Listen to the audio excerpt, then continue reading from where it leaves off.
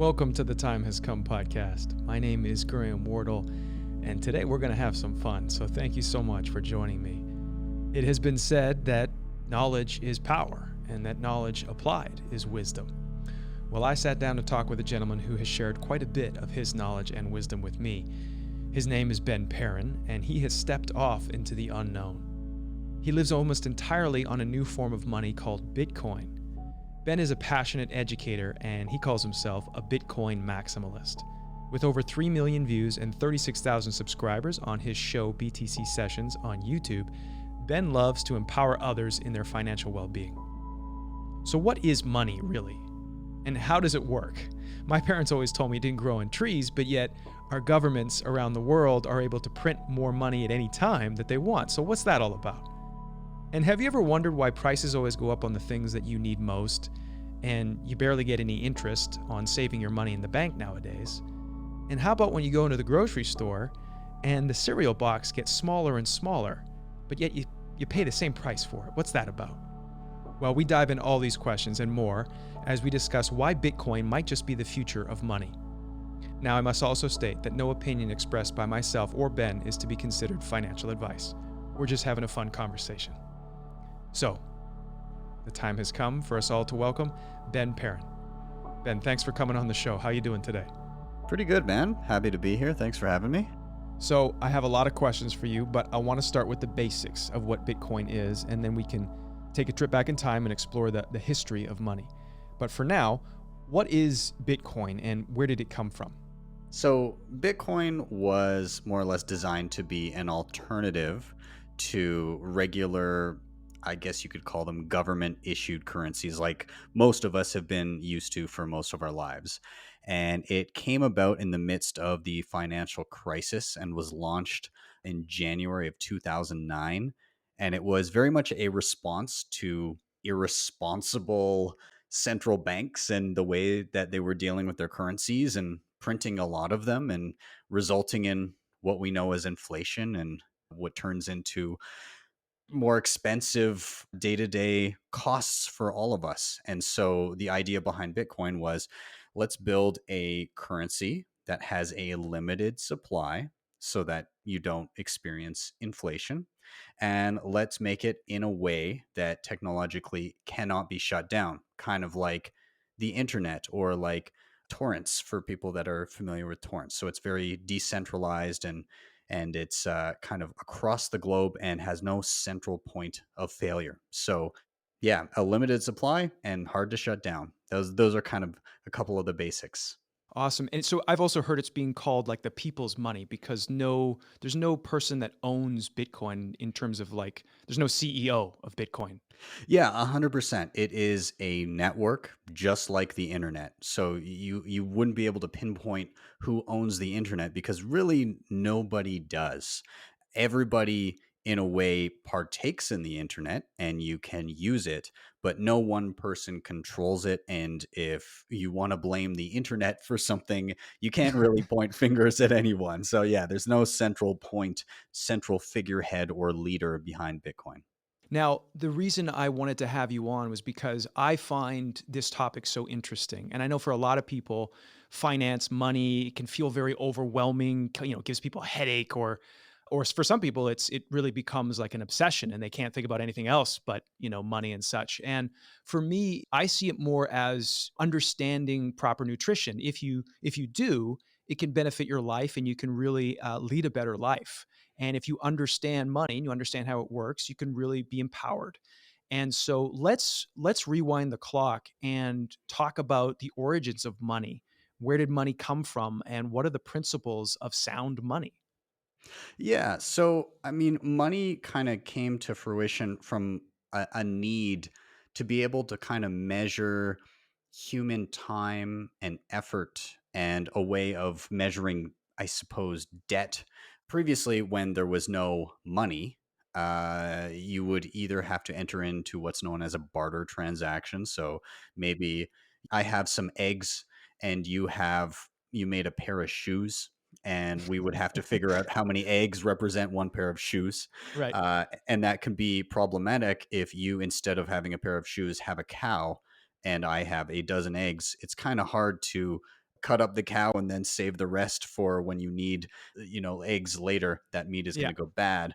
Furthermore, it kind of stops or prevents the specialization of labor. So it's very difficult to become a brain surgeon and barter with that skill. There's not going to be a lot of people that need brain surgery in order to give you eggs. And so y- Good you point. Good need, point. yeah. So what you need is you need a way of measuring how much effort and time and how much efficiency you had with your time in creating something or doing a task for somebody, and having a unit that represents that and knowing that it's redeemable for an equivalent value of goods and services later. So a lot of us nowadays work for hourly wages, and what you're really saying is my time and effort is worth a certain amount of this arbitrary currency that we're using, Hmm. and I will work for that amount. And then I expect to be able to redeem that later for goods and services.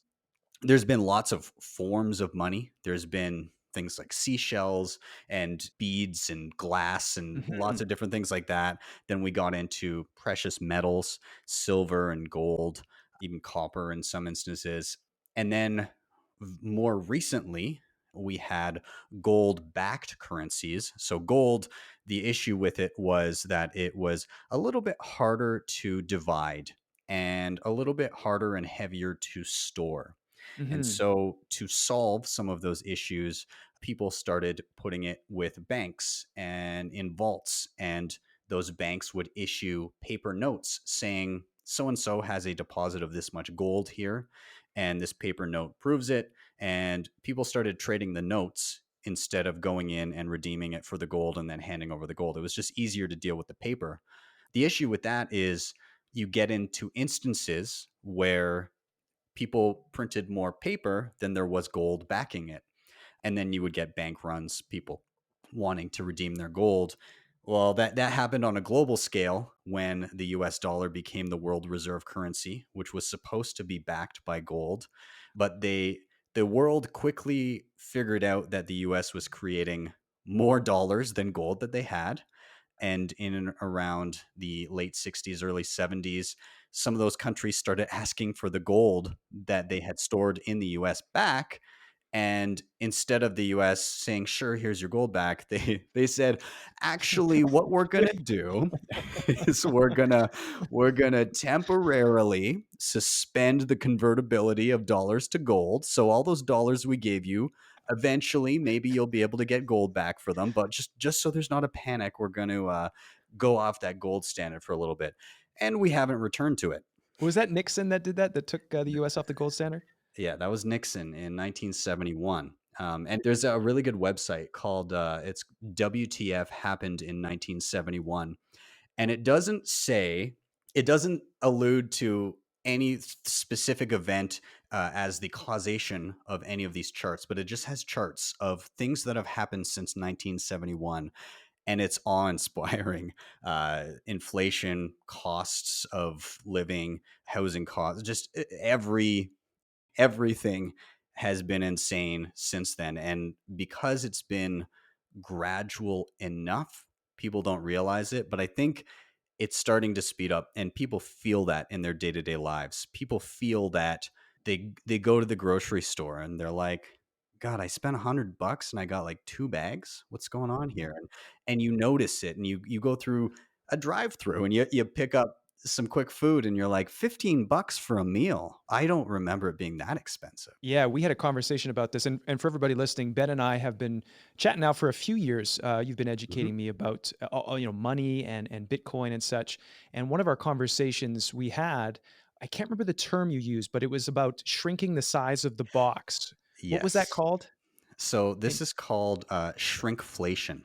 And so what it is, next time you go to the grocery store, I want you to go and I want you to start actually looking at the way things are packaged. Pick up a jar of peanut butter and turn it over and look at the bottom and notice the divot that goes into the jar, and you think, well, what's the function of this? Well, the function is to be able to put less peanut butter in the jar and charge the same price. And one that's really bad for this is look at boxes of cereal. You pick them up, and this one can be quite deceptive because the front of the box can remain the same and it looks the same, but the boxes are getting skinnier. They're putting less Hmm. into the box than you used to. There was a study they actually looked at, I believe it was Snickers bars in the UK, and the pricing for them, along with the size of them. And I'm sure some people listening to this will recognize that you've probably noticed chocolate bars are getting smaller if you indulge from time to time. Well, they found in the UK that over the course of less than 10 years, the size of a Snicker bar shrunk by half and the price doubled. Whoa. Yeah. And it's happening all over the place. You see the cute little Coke cans and you're like, "Oh, those are so cute. We'll just get the little ones because I don't want a whole Coke." Yeah, but you're paying the same price of what you used to pay for a 355 milliliter can. Right. Yeah. And so a lot of people tend to misplace the anger around that because it is done deceptively. And so the knee jerk reaction is to go, these companies are trying to screw me in some way, shape, or form. And in essence, yes, there is dishonesty happening there. But let's look at it from the perspective of anybody making any product. They know that some companies will employ these tactics because companies know that if they present it the same way, they've got options, right? Because the dollars that they're using to buy the products to make the products that they're making, so to get all of the resources and the workers and pay everybody, those dollars buy less. They got to pay workers more. Right. It's going to cost more for whatever goes into the product, and so they've got options. They can either sell the exact same product at the same size with the same amount of workers and charge more, and that would be perfectly honest of them to do because their dollars are not going as far. Hmm. Or they could use worse products to make their own product. It could Hmm. be more cheaply made. They could use less workers, or they could deceptively package it so it looks the same and the price is the same or only moderately higher, and try to get that market share from somebody else who has left everything else the same but And increase their raise the price. prices. Yeah, Right. and if you're walking through the grocery store, you're probably not checking how many grams of cereal is in a box. You look down the line, you look at the same looking size shape of box, you go, "Well, this one's a couple bucks cheaper," so you pick that one up. And those little differences can make or break a business. And so businesses are literally just reacting to the inferior quality of our currency and acting as such so to stay in business. And this is what has happened throughout history. Wasn't it, in the Roman Empire, didn't they start doing that with their silver coinage? They started putting in other metals that weren't as Mhm. valuable and sort of cutting them or watering them down, so to speak. I don't know what the term would be, but they were Yeah. trying to finance their wars for this. And so they had to create more currency. And so they would cheapen their money. Yeah, 100%. And the interesting thing about it is that sounds so deceptive, and it is. They would clip their coins, so That's what it was. you'd Yeah, clip them. yeah, you'd get a coin, and you'd notice that there'd be little chunks cut off the edges, and people would gradually clip them down, and you'd get coins that were starting to get pretty quite a bit of wear and tear, and people would get take those little clippings and then melt them down and create new coins out of it eventually. And so, and like you said, put in other metals, so on and so forth. But the thing with that was there were limits to it. You couldn't like cut a coin in half Right. and or cut off a third of the coin and then go mint a whole bunch of other coins with that over time because people wouldn't accept the old coin. But to that point, let's to that kind of like one third dilution of your currency of that Yeah. kind of um by comparison, when you're dealing with a fiat currency, as it's known, where it's not backed by really anything other than, people will say, oh, it's backed by government, but it's not backed by gold. And fiat means by decree, the government basically means it's from the government, right? Yeah, yeah, 100%. So, all world currencies now, US dollar, Canadian dollar, euro, British pounds, none of it is backed by any.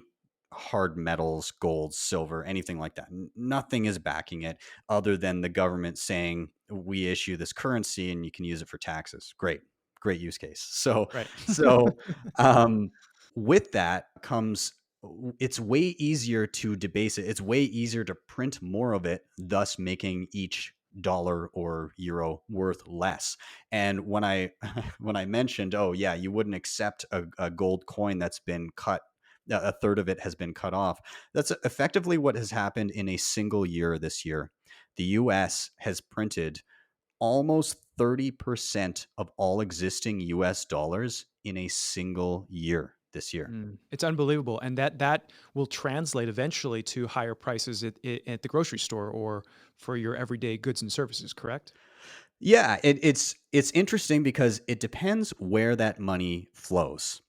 A lot of people get hung up on, okay, well, there's more dollars and maybe it result in inflation, and in a lot of cases it will in some way, shape, or form, but it depends where it goes. So Mm, in 2008, 2009, they printed hundreds and hundreds of billions of dollars.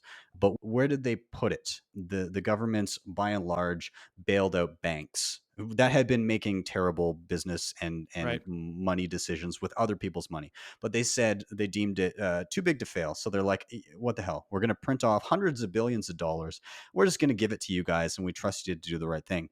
Well, what they had hoped would happen is those banks would then go lend it to people, and people, everyday citizens, would be better off for it and could run their businesses and build. What actually happened is the banks went and bought back their own shares of their own companies to kind of pump up the prices of their own companies, and they also pumped them into stocks, which resulted Ah. in the longest bull run in the history of the stock market, because there was all this funny money being printed and just pumping into stocks. So you didn't really see as much Main Street inflation. You and I, we still saw it quite a bit, but comparatively, where you saw inflation was in the stock market. Mm. Artificially propped up prices of stocks. It's going insane, and it continues to go insane because now this time's a little bit different, because of everything going on in the world, lockdowns and everything. The government couldn't just say everybody shut down your businesses and you get nothing. They had to hand out some money to some people. But what a lot of people don't realize is proportionally a lot more money went to, once again, corporations, companies, whoever was closest to the money spigot got a huge portion of that. And so really, in giving people dollars, they felt richer, but the prices of assets that could preserve your wealth went up. And so regular people are priced out. The prices of housing, Mhm. and day-to-day goods now are all going up. And so while you got this one time, if you're in the US, one time, maybe two time coming down the pipeline check, and in Canada, you got curb for a bit, your expenses are going up, and you're not going to be able to break even as easily as you thought. And the repercussions of what's happening, I don't believe have even begun to hit, and it's worrying. Yeah, and that's something that I've thought a lot about before I started this podcast with you is how to explain this to people because it's a really big concept and sometimes it can feel a little disempowering because people aren't in control of this. How what are they supposed to do? And that's why I really wanted to do this podcast with you is to sort of build a foundation, an understanding of money, understand what's going on. And for me, draw the comparison to what happened to our food as well, because I see it very similar how we have devalued and eroded the soil and Mhm. where we grow our food. And then, therefore, the nutritional content of our food has been impacted. And we can eat a whole bunch of food, but we can't feel satiated or we can't feel nourished. I feel it's a very similar thing that's going on with the tool that we use called money, where we have allowed it to be taken away from the people and it been exploited by governments or people that want to finance their projects or political things, whatever it is, that they devalue and they debase the currency. And for the short term, it may seem like it's good, similar to if you want to grow a bunch of food really quickly. Maybe there's some things that you can do with different treatments to the soil and such, but over time, you destroy it. You really make it difficult for actual long-term sustainability. And that's what I see going on in the monetary world, in the money world as well, is that we have not taken responsibility and understood what money is as a tool, why it is a store of value, how to protect that store of value. And that's why when I heard about Bitcoin and I started learning more about it, I was like, "Oh, this is very similar to the original or one of the original forms of a store of value of like gold and silver." Bitcoin is something very unique in it's never been seen before. It's a new technology. That's what I really wanted to share with people is like this is something that's coming. I can feel it. We've talked a lot about it. We're crossing new thresholds in the world in terms of the price of it. And I think it's important for people just to kind of get a taste of what it is and there's going to be trade-offs. There's going to be it's not perfect, right? There are things that are still being worked out. It's not owned by a company. It's there's just a collective of people that are working on it to make it better. And it's a really exciting thing, but it takes a lot of time to kind of understand it. And so you've explained a little bit about Bitcoin being decentralized and it being a form of people's money. How do you start people on the journey if they were to want to learn more about it? What's their first step? So I'd say for a first step, typically people need to see it and try it in action to kind of get that initial wow factor of, oh, this is actually a real thing and it works. And so, if I'm with somebody in person, I'll usually say, okay, well, what you're going to do is you can download a wallet, and I'll send you like $1, and you can send it back to me, and it would function the exact same as if we were on the other side of the planet. And when people see that, they kind of go, oh, okay, so this is real. And then they then ask, well, what can I use this for? Can I purchase something with it? Can I use it for something? And over time, Bitcoin has become increasingly useful depending on what your unique use case is. For myself, as of this year, I I would say 90 to 95% of my income and day-to-day expenses are earning and paying for things with Bitcoin. So you can live on it.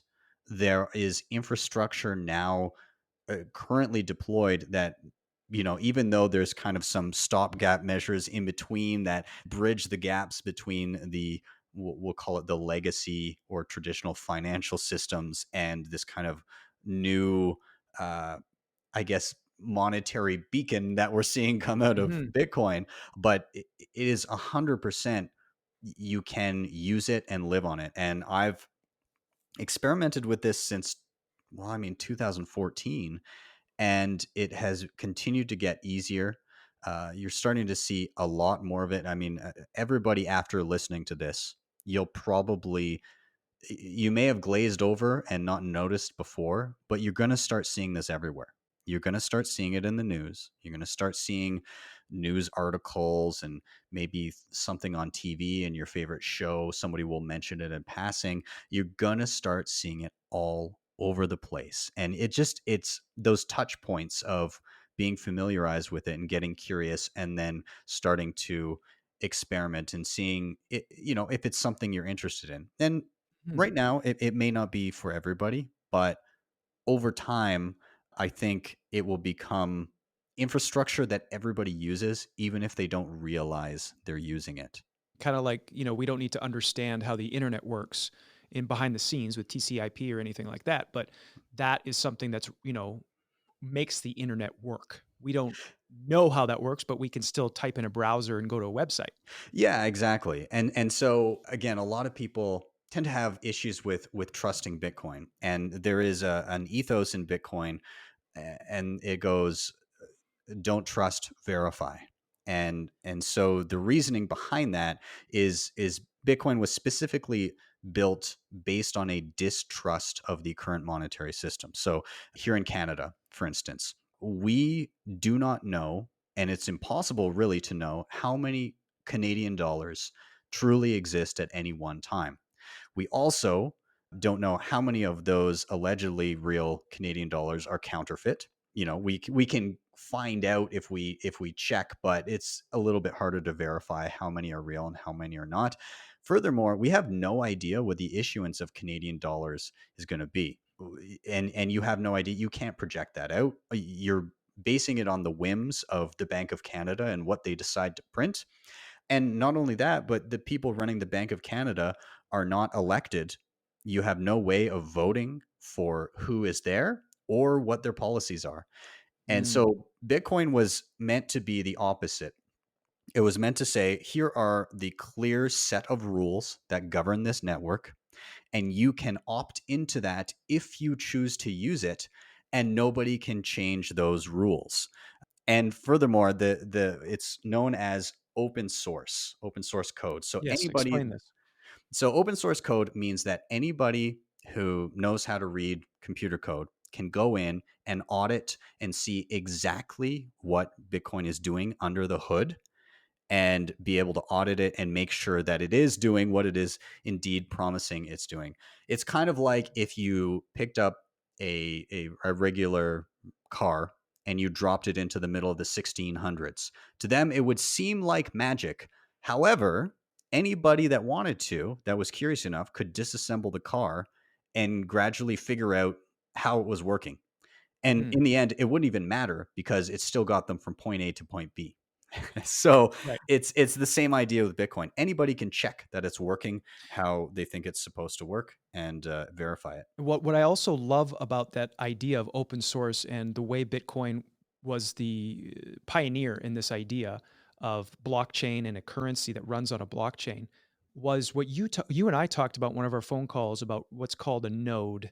Hmm. And we talked about it and what is a node and all these different things. And I would love to dive into this a bit more because what really got me excited about the principles behind Bitcoin and running a node was the idea of personal responsibility and of being able to verify for myself that this is the rules that our Bitcoin is running, and I have them running on my node, and no one can change that unless I consent to that change. And I think it was during our conversation that I drew the metaphor, or maybe you drew the metaphor of it would be like hanging the Canadian Charter of Rights and Freedoms on your wall, and if the government wanted to change that or take away some of your rights and freedoms, they wouldn't be able to do so unless you agreed to that.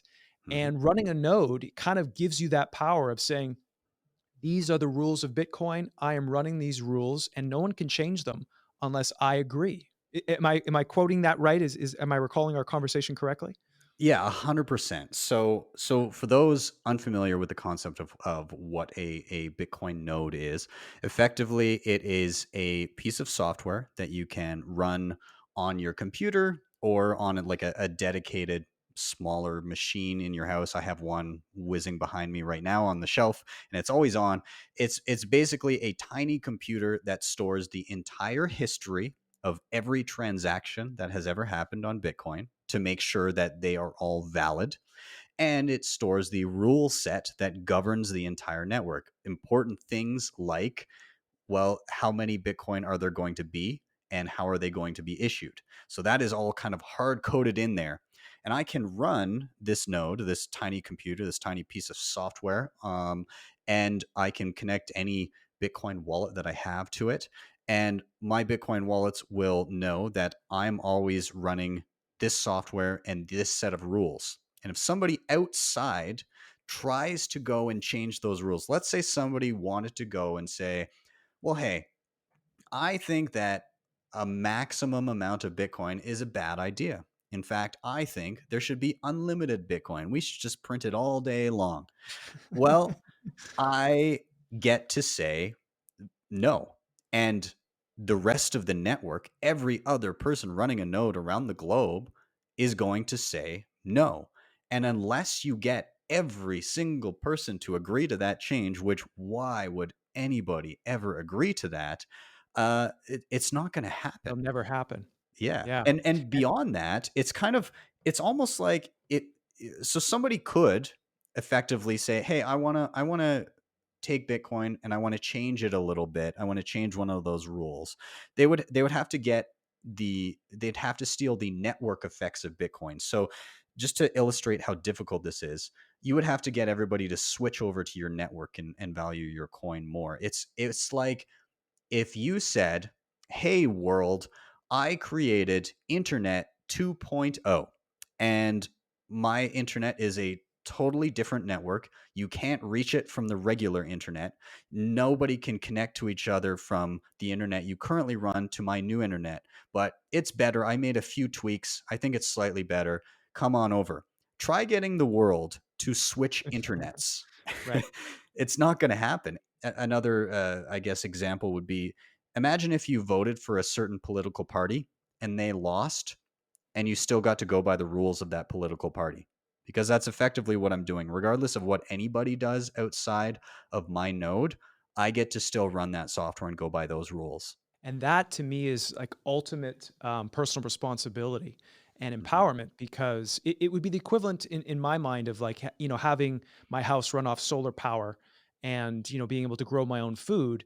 If I'm able to run the rules of the form of the tool of money that I use, Bitcoin, and I'm able to verify these are the rules I'm playing by and no one can change them, it to me, that means, personal empowerment and responsibility and a freedom. That's what really drew me to this idea of like, oh, I don't have to worry about a government saying, well, we want to print a bunch of money, we want to change the number of Bitcoin because we want to finance a new war, or we want to do this, we want to bail out the banks. They can't do that on Bitcoin. You would literally have to agree and either send them the money or you'd have to agree and change your node and change the software.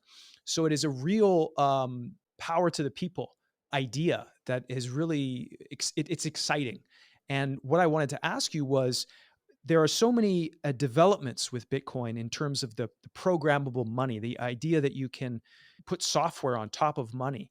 Do you see a future where the Canadian Charter of Rights and Freedoms is put on a blockchain or on top of Bitcoin in some way? Is that even possible? Could you do something like that so a government couldn't infringe upon the individual's rights? So you can tag certain things onto the Bitcoin blockchain. You can track and do certain things. One thing I always am cautious about is saying that blockchains will solve everything. And so the reason I say that is because there's been a lot of blockchain, not Bitcoin. And you'll get a lot of, funny enough, banks that say, "Hey, we're going to run a blockchain, but it's not going to be open and borderless and decentralized and censorship resistant. We're going to run it." And for those of you unsure what a blockchain is, I guess I don't want to get ahead of myself, but blockchain is the technology underpinning Bitcoin, and it is the immutable ledger that tracks all transactions that have ever happened. And it's very difficult, if not impossible, to reverse transactions within 10 minutes. And once you start going further and further back, an hour back, it would just be so expensive and impractical to change that information, that why even try. So some people have looked at use cases for a blockchain, but it's always important to think, do you want that information unchangeable and forever? And so in certain instances, perhaps tag certain assets or property rights onto, on top of the Bitcoin blockchain. So you own the deed to your home, or you own a certain amount of stock. But it's important not to try to reference too many real world items on a blockchain. And the reason I say that is the information on the blockchain is only as good as the person who input it. So Bitcoin works because Uh, it's purely digital. And so if you see that you have Bitcoin in your wallet and you're running a node, well, you know that the Bitcoin is there because it's digital. There's nothing real world to represent it. But if something on the blockchain says that you own a bar of gold, so a lot of people float the idea of, well, we'll have a gold backed cryptocurrency. But that's, in my opinion, a terrible idea, in that you get into the same issue that happened with the gold standard with Nixon.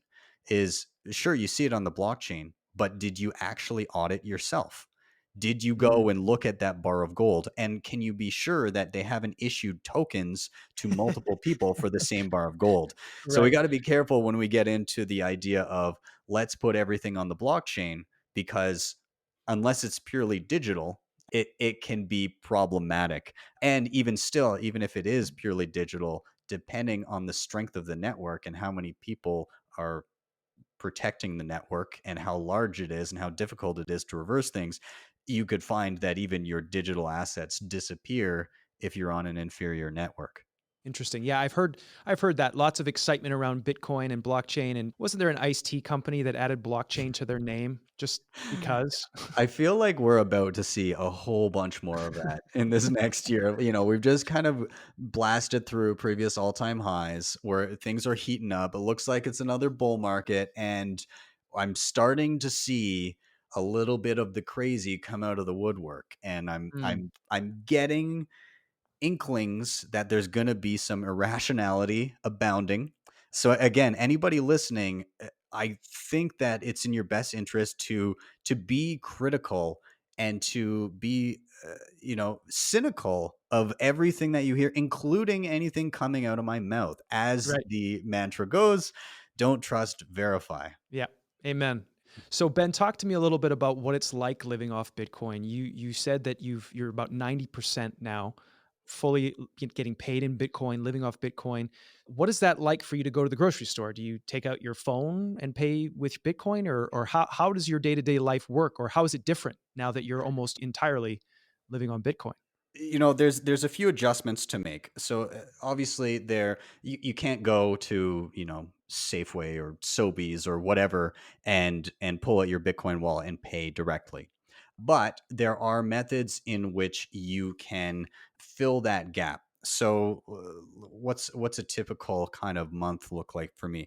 So I run my show, I get paid through, I have sponsors of the show and so on and so forth. They pay me directly in Bitcoin. That Bitcoin comes in, I save as much as possible, and I'll touch on that as in a moment. But I put stuff into savings, and then I go ahead and I start looking at, okay, well, what are my expenses this month? And so I look, and any bills, credit card bills, phone bills, utilities, anything like that, I can pay directly online with Bitcoin. And I do that currently with a website called Bull Bitcoin, which you set up your bills on there. You log into your account, you set up whatever bills you want, and then at the time when it comes to pay the bill, you say, okay, I want to send $100 to Telus for my phone bill. It says, okay, well, that's going to be this much Bitcoin. I pull out my phone, I scan a QR code and hit send, and that bill is paid within a day. So they're doing the heavy lifting on the other side. They accept the Bitcoin, they pay the Canadian dollars for the Telus bill, and I'm all happy and hunky dory. So those are a Mm, lot of my basic bills. mhm. Now, when it comes to, okay, I got to get groceries, what am I going to do? Well, there's a whole bunch of different websites where you can use Bitcoin to purchase regular gift cards for whatever merchants you may want. So, gas, groceries, those are kind of the main ones that I need to do. And a lot of them actually, like there's one that I use called Bit Refill, and it actually pays me back rewards in Bitcoin. So I'm getting Oh, to save some of my own Bitcoin in doing so. I'm trying to think some of the other, I mean, there's my mortgage, and then on top of that, I guess if I need to get money, I do have a bank account. I keep far less dollars in it than I ever did before, but if I mm, need money in my bank account, I can still use Bull Bitcoin to get money in my bank account within a day. And then there's tons of online exchanges that you can utilize if you need to swap in and out of Canadian dollars. But one thing that I've really noticed, and the main reason I didn't start living on Bitcoin sooner is I was worried it would bring out my previous bad habits. And to clarify, I used to be terrible with money. I would spend basically whatever I have. I would rack up debt. I was just all around irresponsible, and I never really built those skills in and around money until I found Bitcoin. And I actually started saving, even though it kind of started in a speculative fashion for me. So I was, putting a little bit of money in, saying, "Oh, this might go up." But Bitcoin, because it's as you dive into the philosophy behind it, you start to think in terms of being a much more low time preference individual. And low time preference means you're not thinking for the now, you're thinking into the future. And you start to plan and be a little bit more careful with what you do with your money.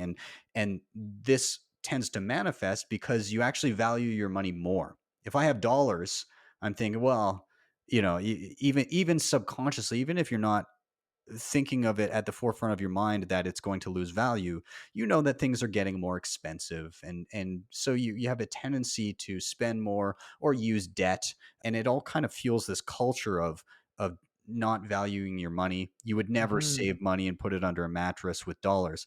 But with Bitcoin that kind of shifted, and I was worried that I would normalize spending Bitcoin and I would go back to my old ways. But the inverse has happened. So as I started living on Bitcoin, I recognized the value of the currency I was dealing with, and I was much more likely to save than spend. And so I would save as much as possible, and then I would just cover my expenses. And, I'd still treat myself here and there, but I was much more conscious of what I was doing with my money and how much purchasing power I could be throwing away on meaningless things if I wasn't careful. So it really kind of shifted my whole mindset around how I dealt with money and finances. Amazing. I love that. I think that is a lost principle of Mhm. saving. I can't remember the statistic off the top of my head, but when the Federal Reserve was created, I think it was 1913 or Mhm. 17, and then the purchasing power of the dollar till now is dropped, I think, over 90% or something like that. Yeah, yeah, it's insane the amount. It's high 90 something percent. Yeah. So it erodes. Now, I asked you a bit about what it's like to live off Bitcoin, and listening to you, I go, this sounds all exciting and stuff to me, but I know for a lot of people, it sounds like a lot of work. You're visiting websites, you're doing these things. It sounds like a lot of runaround. But I'm assuming that you would say that the trade-off is that you have a form of money that is going to retain its store of value for you, and so it's worth it. Would Yeah, you yeah. agree? I would agree. I would also say that the additional hoops that I have to jump through help rein in my spending. That extra again, it forces me to be more conscious of what I'm doing. Do I really want to take this money and convert it and get it into my bank account right now?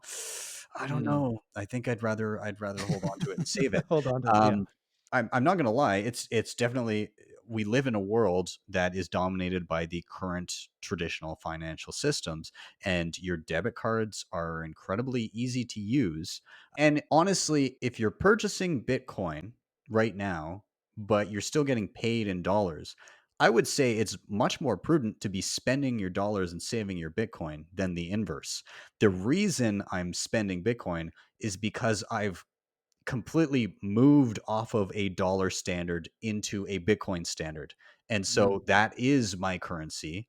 It shapes the way that I behave, and I'm okay with that. But for those of you that are earning dollars, other than the novelty of doing a Bitcoin transaction, it would be much more prudent to dump the less sound money, in my opinion. Yeah, well, this is something that I remember learning about in history as well, where when the cheaper forms of money would enter into circulation, I think this is when in like the Roman times when they would introduce these, the clipping coins or the cheaper metals that were melted into the coins, people would retain the fully silver coins and then they would quickly spend the cheaper coins that had been cut or diluted because they wanted to get rid of them and they wanted to hold on to the valuable money. And Yeah. it's similar to Bitcoin, right? It's similar to what you're experiencing where you're holding on to the form of money that is retaining its value and going up in value and spending the dollars as quickly as you can. Yeah, and you would see this again in earlier times when you would have gold coins and silver coins, and you would have nations that neighbor each other, and one would be on a gold standard and one would be on a silver standard. Now, the thing about silver is that it's much easier to mine and mint than gold, and so what would happen is, i- if you have a money that's easier to produce, more of it will be produced. And so, what would end up happening when you'd have competing nations with currencies that were based off of different monetary metals? the sounder monetary metal, the one that was more difficult to produce, would inevitably be worth much more. And so you'd see the value of silver drop in comparison to gold as they were used as actual currencies. Now, the issue that arose is, again, over time, gold was a little bit harder to divide as it rose in value over time. So that you needed, in some instances, the silver would be used as the lower denominations, or copper, or whatever. You'd have different metals for different denominations.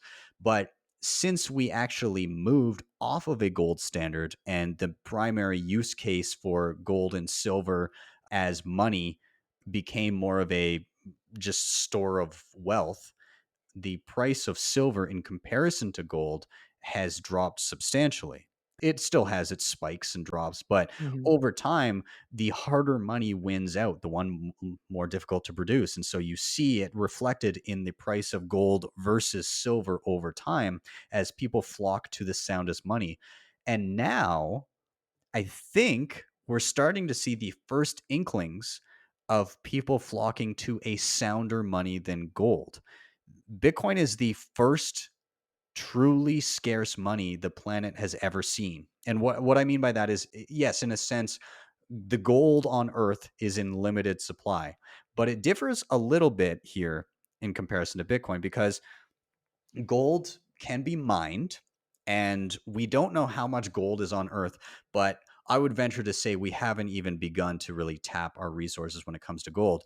And the thing is, when the price of gold goes up, that means it's now economical. It now makes economic sense for companies to employ more infrastructure to dig deeper and search further for Oh, for gold more gold. deposits. Yeah, and so what results is you get an influx of new gold onto the market, even though it's limited. But you still have that influx of new gold. And so when there's new gold, there's more supply. And if that exhausts how many people want to buy out there, if people buy it up and buy it up, and then there's less and less buyers willing to buy, well, then that kind of dampens the price increase and kind of normalizes. With Bitcoin, this does not exist. No matter how many people want to purchase it, no matter how many people are trying to mine it, which is a technical thing I won't dive into right now, no more Bitcoin gets created. There's a set number of Bitcoin. They're slowly being issued over time, and you cannot go outside of that schedule. So we see this translated into major spikes and major dips that happen over the course of time. In kind of it mirrors the schedule that Bitcoin is issued over, and we can dive into that later if we want. But effectively, what you'll get is, as the supply, the issuance of new coins is kind of tightened, less and less are coming onto the market. And because the demand so far has remained relatively stable or increased, then you get a spike in price. And with a spike in price, you see more, well, podcasts like this, or you see news coverage, or you see different things, and you hear about it and you go, well, maybe I'll take a look. And then some people maybe purchase more, and more people come in, and more people get interested, and this snowball effect starts happening, and people are buying up Bitcoin, and you get to into these hype cycles where it just gets so insane, Hmm. and everybody and their grandmother is trying to buy some Bitcoin. The thing is, the supply still does not increase the speed of issuance. And so you get to these massive, massive manias and these blow off tops. And then the opposite of true is true on the way down. So when it's coming back down, even though historically, after any of these big bubbles, it hasn't come down to the even close to the previous all time high, it'll still have a drop typically afterwards. And just because there's no demand doesn't mean that there is less issuance coming onto the market. The same number of Bitcoin is still being created on that schedule and is still being issued. And if there's no buyers, then people have to sell at cheaper prices. So you just see these kind of extremes happen over these 4 year cycles. And every 4 years, the number of Bitcoin being created gets cut in half. And that tends to be in my opinion, the driver of these crazy cycles. Every 4 Mhm. years, less Bitcoin being created. I love learning about this stuff, and I know for people that are just starting to learn about Bitcoin right now, this may sound a little overwhelming. Like, what do you mean it's cut in half and every 4 years, and the price and ups and downs? But what I think is really important to convey is that money as a tool is a measurement of your economic output. The time and effort that you put in, and it's a way of storing that value. And Bitcoin, because you can't change the number, it's been set in the code in the rules that there's only ever going to be this many Bitcoin. That ruler that you measure your effort and your time with to get your economic output, what you do for your job and your work, it cannot change. Whereas with a fiat currency, a paper money, a government can come in and print more of that money, and they can stretch that ruler, and the people that get to use that new stretched ruler first, they get all the benefit. Mhm. But the people on, at the end of the line, the everyday person working their, running their hair salon or their restaurant, they don't get that first use, and they have to work harder. And over time, they're working harder and harder for less and less, and they don't understand why. And it's that ruler, that measurement tool that we have called money, that is changing without your consent. And with Bitcoin, you have that ultimate power to say, no, this is the ruler. This is how many Bitcoin there will ever be. And no one can change that unless I agree. And so over time, the efforts that you put into and get in exchange for a Bitcoin or a portion of a Bitcoin, that stays relatively the same over a long period of time. There is still that sort of, like we were just mentioning, ups and downs of I think what's called a price discovery, as people are trying to Mhm. understand what a Bitcoin is worth. So for a lot of people, they go, "Oh, Bitcoin, it crashed. It's not worth anything anymore." And that's what happened to me when I bought my first Bitcoin in, it was 2013. Mhm. I had heard about it. It was just like, a news article. I read it in the newspaper. I was like, oh, what's this Bitcoin thing? It's 2013. And I was in Calgary working on whatever season of Heartland that was. And I walked down to this little store, and I walked in with $1,000 in cash. One Bitcoin was worth $1,000. And I thought, well, I have to buy a whole one. I didn't know you could buy a portion of a Bitcoin. So I walk in there with $1,000 and I buy one. And the guy's like, he takes my phone and he does something to it and he hands it back to me. He says, there you go. And I'm like, what do you mean? Like, what happened? Like, where's my little coin? Like, what do I get? He's like, it's on your phone. And I had no idea what it was. I had no idea what was going on. And, that was at the very early stages. And I learned my lesson because I forgot my password. I didn't, I didn't write it down, and I didn't understand the principles of Bitcoin, of ultimate responsibility, of you're taking that full ownership of your financial well-being.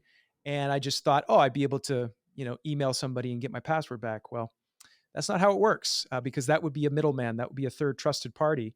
Yeah. And I thought, oh, I lost it. Well, whatever. It was a fun thing. And it wasn't until 2017, a few years later, that the price started going up again. And I went, oh, I got a Bitcoin somewhere. And, and it was a costly lesson. Yeah. Well, let's just for a second examine the time frame you just talked about. You got interested in 2013, which was 1 year after the issuance of new coins was cut in half. So there's less coins coming onto the market, and about a year later, the supply and demand seemed to do its thing. There was less supply and equal or greater demand, and the price spiked. Well, it went through its big mania, and then it came back down over the next few years. Well, how many years later was it that you saw it go above its previous all-time high? 4 years, which Right. conveniently is 2017 was about a year after the issuance of new coins was once again cut in half. And what happened this year? Once again, the issuance of new coins was cut in half, and now we're blasting through new all-time highs again. And so when you're looking at this, you should be, in my opinion, looking at this via at least a 4 year time horizon, if not longer, because Mm, the name of the game here again is preserving long-term wealth. In fact, even generational wealth, I would argue, something to leave to your kids and your grandkids. There's a possibility that this is you're witnessing the monetization of a new asset. You're witnessing the changing of a worldwide monetary system. And this will be if it succeeds, as profound, if not more profound, on the trajectory of mankind than the internet was. And I know some people are shaking their heads saying that sounds crazy. It is crazy, but it just might work.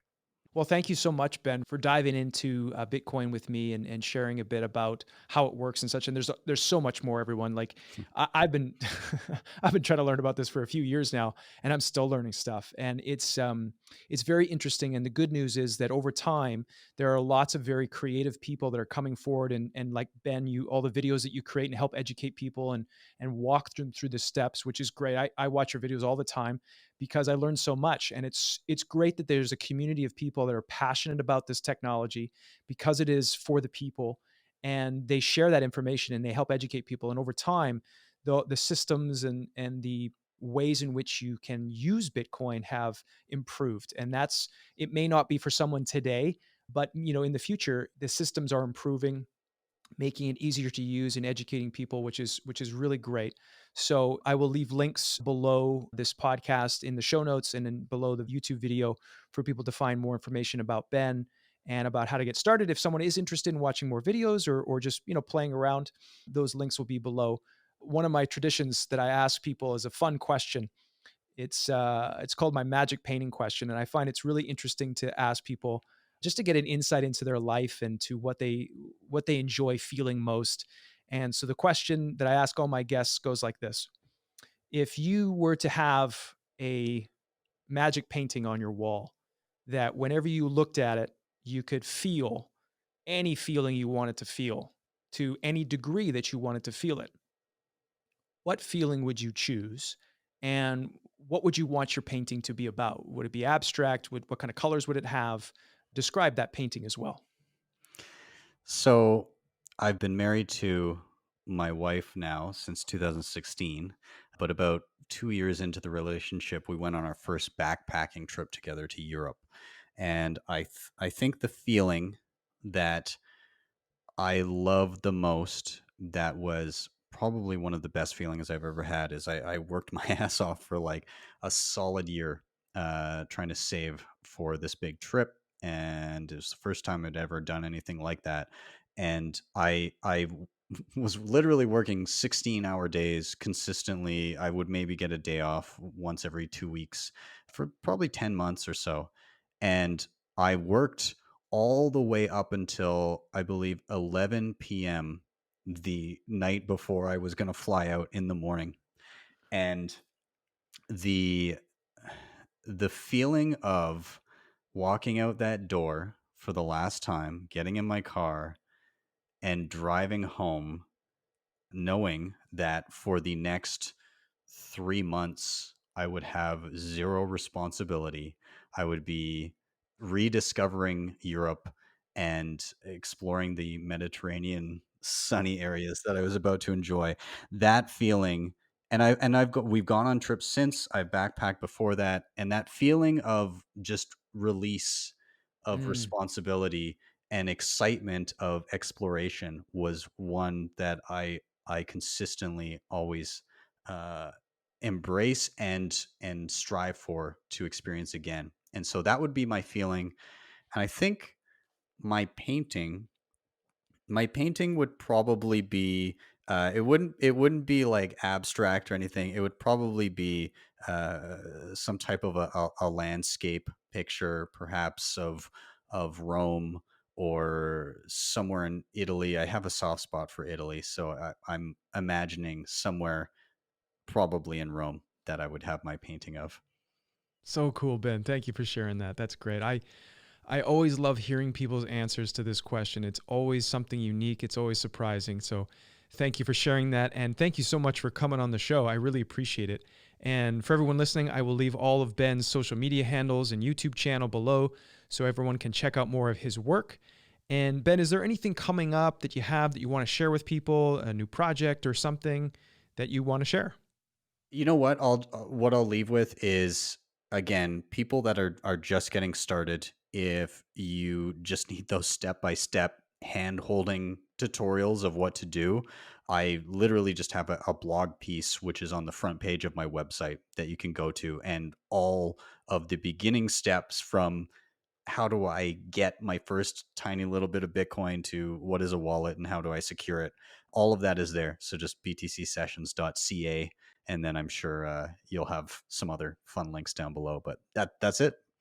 Awesome. And also, just to throw in here, you also offer personal one-on-one coaching like I've been doing with you. So if somebody wants to talk to you and say, hey, I have questions, I want them answered right away, I believe you still do that, correct? Yeah, absolutely. So again, I try to provide as much for free as possible, all in the form of video tutorials. But if you start going through those and you're like, listen, I just I need somebody to really hold my hand and reassure me that I'm That's me. doing things right. I think that's everybody from time to time. But yeah, if you get to that point and you're like, I get it, but I'm not comfortable. I would rather have somebody right in front of me saying, this is right. Oh, careful there. I can do that too. So that's all on my website. Awesome.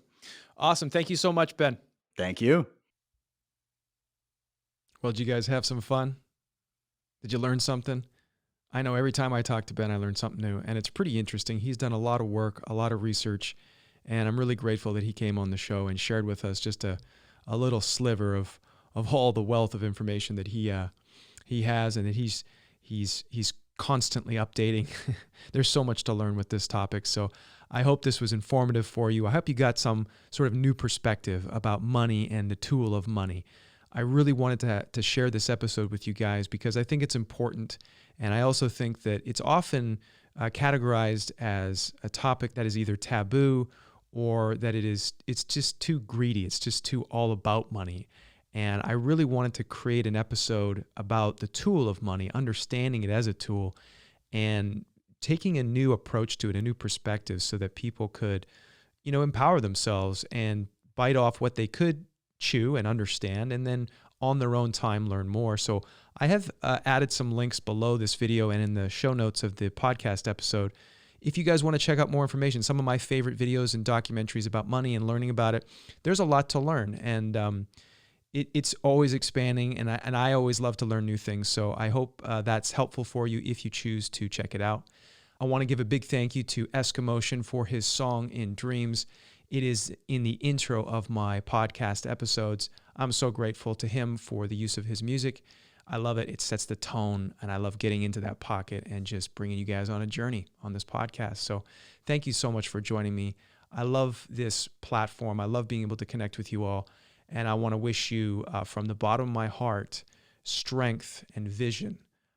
Vision is something that I've been thinking a lot about recently, that with all the uncertainty in the world right now and all the things that are up in the air, that it's important for us to have a clear vision of the world that we want to create. There is this phrase called a new normal that the media has been sort of parroting over and over and over again. There's going to be a new normal. And I'm not interested in anyone else telling me what my new normal is. I'm interested in creating it. And for me, my new normal is one that is more passionate, more loving, more caring, more courageous, more connected. And I want to invite all of you to create your new normal, not let someone else tell you what it's going to be. I think that we are creators. We are put here on this earth to create, to explore, to imagine, and to bring our dreams into our reality. So I think that's up to us. And if we don't do it, someone is going to do it for us. So I want to invite you to create your new reality, to create your new normal in a way that comes from your heart, that inspires you and lifts you up. So that's what I wish you guys. I wish you courage. I wish you vision and lots of love. From my heart to yours, guys, all the best. I'll see you next time.